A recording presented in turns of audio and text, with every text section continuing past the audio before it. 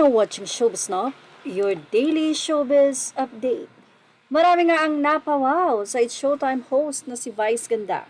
Ito'y matapos nga na bigyan niya ng scholarship ang isa sa contestant dahil ang ama nito ay disabled at ang kapatid nito.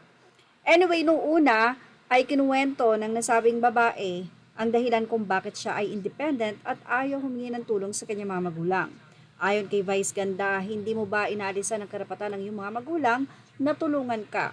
Dito na nga naiyak ang nasabing babae at sinabi niya na disabled ang kanyang ama at ang kanyang kapatid kaya wala itong paraan para siya ay mapagtapos ng pag-aaral or matulungan man, syempre hindi ganong kalaki ang maibibigay sa kanya dahil hindi makakapagtrabaho.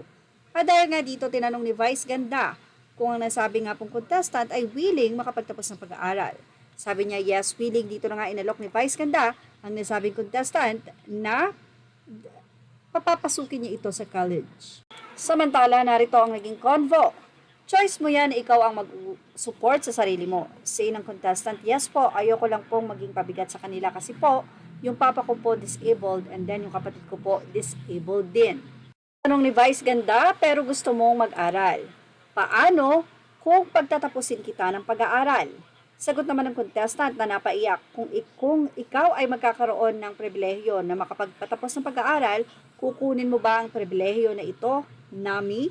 Napaiyak ang netizen at dito ay kinuwento ni Vice Ganda na mayroon na pala siyang mapapagtapos na naging contestant din ng It's Showtime at nitong March ay gagraduate na nga ng college. At dahil nga ito ay matatapos na, kailangan niyang kumuha ng isang mapapag-aral uli. At ang bless na nabigyan nito ay walang iba kundi si Nami, ang nasabing contestant.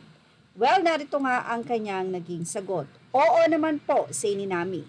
So, say ni Vice, I will send you to school. If you're willing to take the opportunity, I will give you the chance to study. Namang mapagsidla ng kaligayahan si Nami at sinabi itong sure po, pangarap ko po talaga makapagtapos. Sabay niyakap nga ni Vice Ganda ang nasabing contestant na for sure ay kinausap na ni Vice matapos ang show.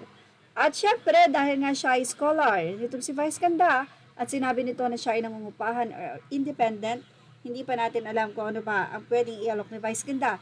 Sana sabing magiging future student.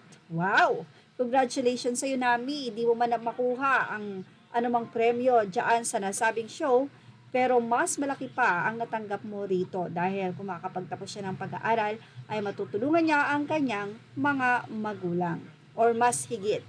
Well, congratulations at talaga namang napakabait nitong si Vice. Kaya naman bumubuhos din ang biyaya sa kanya.